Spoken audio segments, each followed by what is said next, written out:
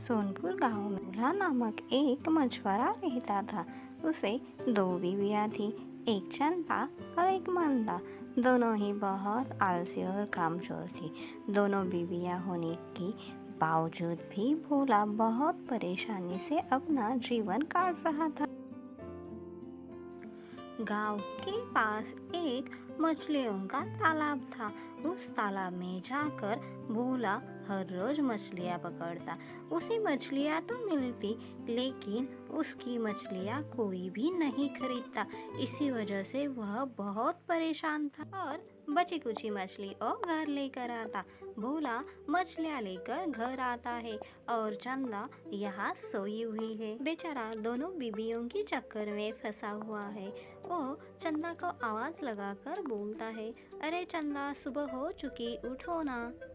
मच्छी की बांस कहाँ से आ रही हैं? चंदा आंखें खोलकर देखती हैं तो भोला मच्छी हाथ में पकड़े हुए उसके सामने खड़ा होकर उससे बातें कर रहा था।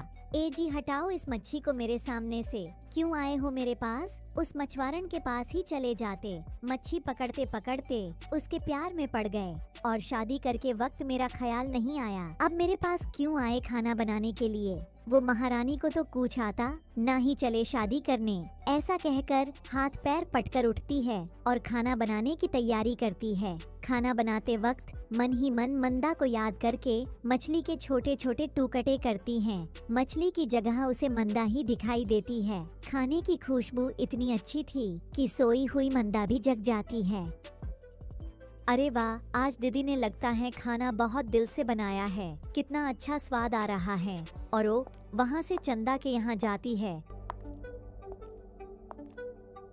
क्या दीदी आज मछली इतनी अच्छी कैसे बना ली? क्या डाला है इसमें? तुम्हें याद करके मछली के टुकड़े कर रही थी और इसी वजह से ये स्वादिष्ट बन गई है। मुझे लगा कि मैं मछली नहीं, तुम्हें ही काट रही हूँ। मन ही मन बोलती हैं।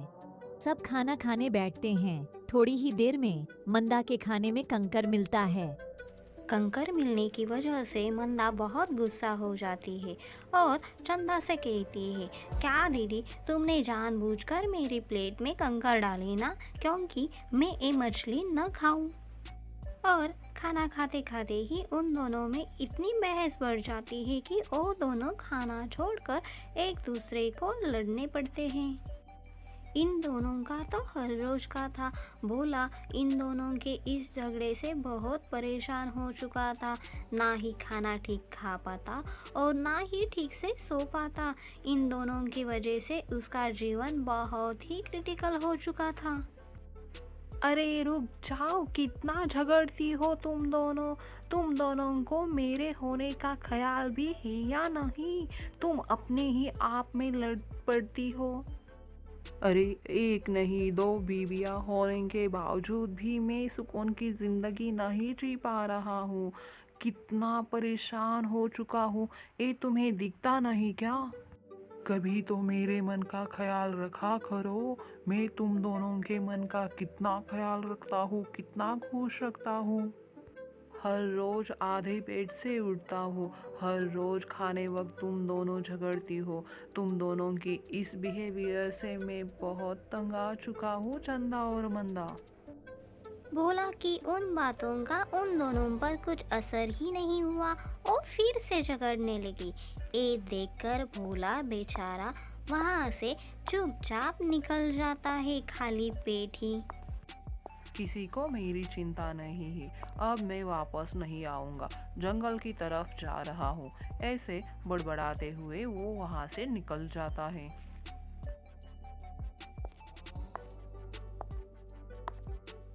जंगल की तरफ वो जा ही रहा था, तब उसे रास्ते में पारो मिलती है। वो बड़बड़ाते हुए ही रास्ते से आ रहा था। तभी पारो उसे कहती है, अरे भोला, ऐसे पुटपुटाते हुए कहाँ जा रहे हो? क्या हुआ? आज तुम्हारे दोनों बीवियों ने तुम्हें भूखा पेट ही रख दिया क्या? पारो चल, हट जा मेरे सामने से। मैं बहुत परेशान हो चुका हूँ मेरी दोनों बीवियों के कारण। तुम अब मत मुझे परेशान करो। मेरे दुखों पर नमक मत फैलाओ। मुझे पता है तुम क्या करने आई हो मेरे पास। अरे भोला, ऐसा क्यों सोचते हो मेरे बारे में?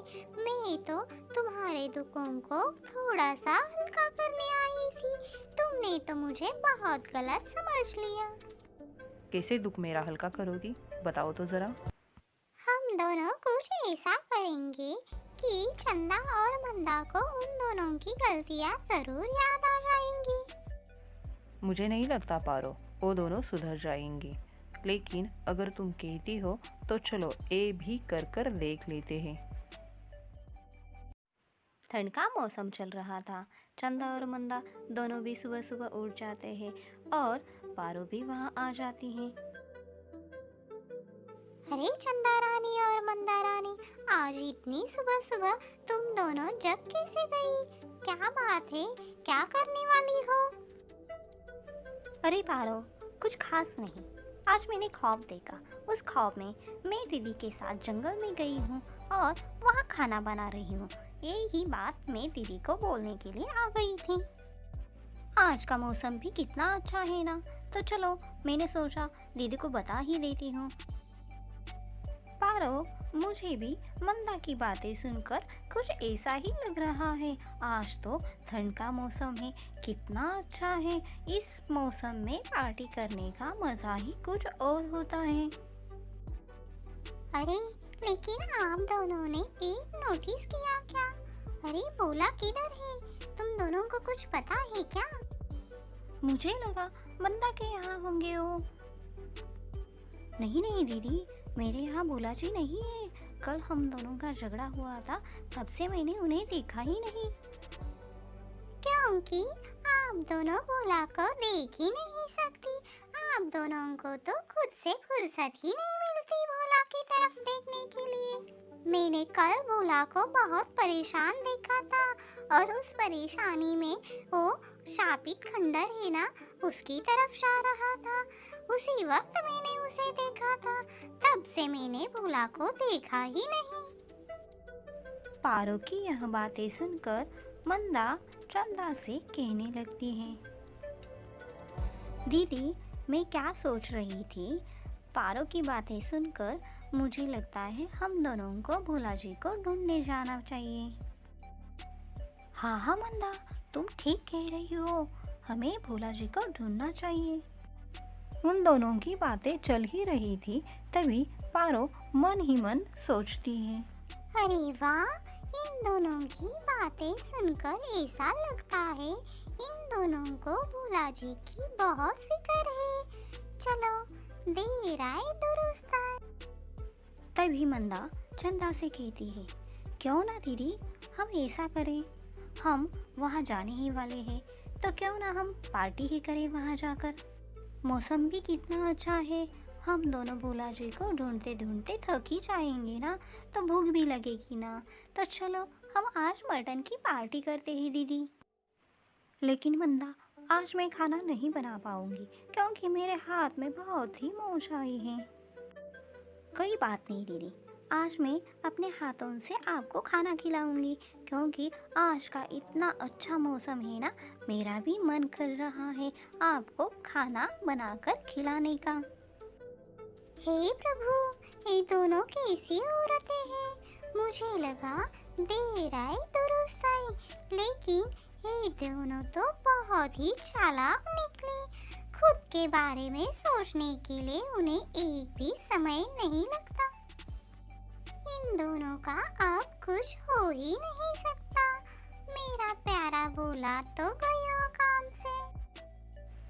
ऐसी बातें सोचकर और उन दोनों की बातें सुनकर पारो वहाँ बेहोशी हो जाती है। पार्टी का सारा सामान लेकर मंदा और चंदा दोनों ही अपने पति को ढूंढने के लिए उसी खंडर के पास चले जाते हैं, जंगल की ओर से। और जाते जाते मन ही मन मंदा सोचती है, दीदी मुझसे कितना काम करवाती है, कहाँ फंस गई मैं। वो दोनों उसी शापित खंडर के पास पहुंच जाते हैं और पार्टी का सारा सामान बाहर निकालकर मटन बनाने की तैयारी करते हैं। भोला भी वहाँ था, एक झाड़ के पीछे छुपकर उन दोनों की सारी हरकतें वो देख रहा था। मंदा यहाँ चूल्हे पर मटन फ्राई कर रही थी तो चंदा आराम से बैठकर एप्पल खा रही थी। तभी अपनी पैरी पारो भी वहाँ आती है। अरे तुम दोनों सच में पागल हो गई हो क्या? क्या तुम दोनों सच में पार्टी का सामान लेकर आ गई? तुम्हें भोला की जरा भी फिक्र नहीं है क्या? अरे एक एप्पल खा रही है और एक मटन फ्राई कर रही है, वो भी शापित खंडर के बाहर। पारो तुम अब बोल ही मत। तुम्हें पता है क्या उस भोला जी ने क्या किया? अरे मेरे होते हुए भी इस मछुआरन से उन्होंने शादी की। क्या कमी थी मेरे में, तुम भी बताओ अब। अरे मैं उनकी पत्नी हूँ, तब भी उन्होंने दूसरी शादी कर ली। कुछ समझाना है तो इस मछुआरन को समझाओ, क्योंकि एक तो प्यार वाली बीवी है उनकी। क्या दीदी, हर वक्त मछुआरन मछुआरन कहती रहती हो मुझसे? जो प्यार वो मुझसे करते हैं वही वाला प्यार भी वो आपसे करते हैं। इतनी नफरत अच्छी नहीं दीदी। अच्छा, इतना ही प्यार था मुझसे तो तुमसे शादी क्यों की उसने? बताओ तो जरा। अरे दीदी, जाने भी दो ना, हम दोनों यहाँ पार्टी करने के लिए आए हैं या भोला जी के नाम पर झगड़ने आए हैं? बताओ तो जरा। अरे चुप दोनों, क्या झगड़ती हो यार, कितना झगड़ती हो। और एक बात सच बताती हूँ, तुम दोनों भी भोला से प्यार नहीं करती, तुम दोनों अपने आप से प्यार करती हो। तुम्हें भोला हो या ना हो कोई फर्क नहीं पड़ता यार। भोला कितना अच्छा है, तुम दोनों का कितना ख्याल रखता है, लेकिन तुम दोनों हो कि खुद में ही पड़ी रहती हो। उन सब की बातें सुनकर भोला आसमान की तरफ देखता है और प्रभु से मतलब भगवान से बातें करने लगता है। क्या भगवान, ऊपर बैठकर मेरा तमाशा देख रहे हो क्या? दो बीबियों के चक्कर में ए भोला कैसा करता है। सबको लगता है भोला को दो दो बीबियां हैं, बहुत ही मजे हैं, लेकिन दो बीबियों के चक्कर में ए भोला कितना पीसता जा रहा है, ये तो सिर्फ भोला को ही पता है। लो लो और मजे लो भगवान मेरे, तुम तो मजे लेने के लिए ही ऊपर बैठे हो। और वहाँ से वो भागकर चला जाता है।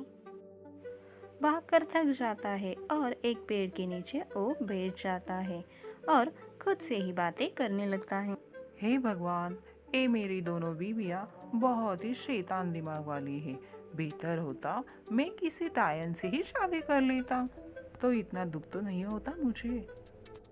तभी उसके सामने कुछ धुआं सा निकल जाता है और उसके सामने एक डायन खड़ी हो जाती है। भोला, तुमने मुझे याद किया? क्या सच में तुम मुझसे शादी करने वाले हो क्या? वाह प्रभु, आपने तो मेरी पूरी की पूरी ले ली। और भोला बेहोश हो जाता है। अगर मेरी कहानी अच्छी लगी हो दोस्तों तो प्लीज़ सब्सक्राइब करना और लाइक शेयर करना। धन्यवाद।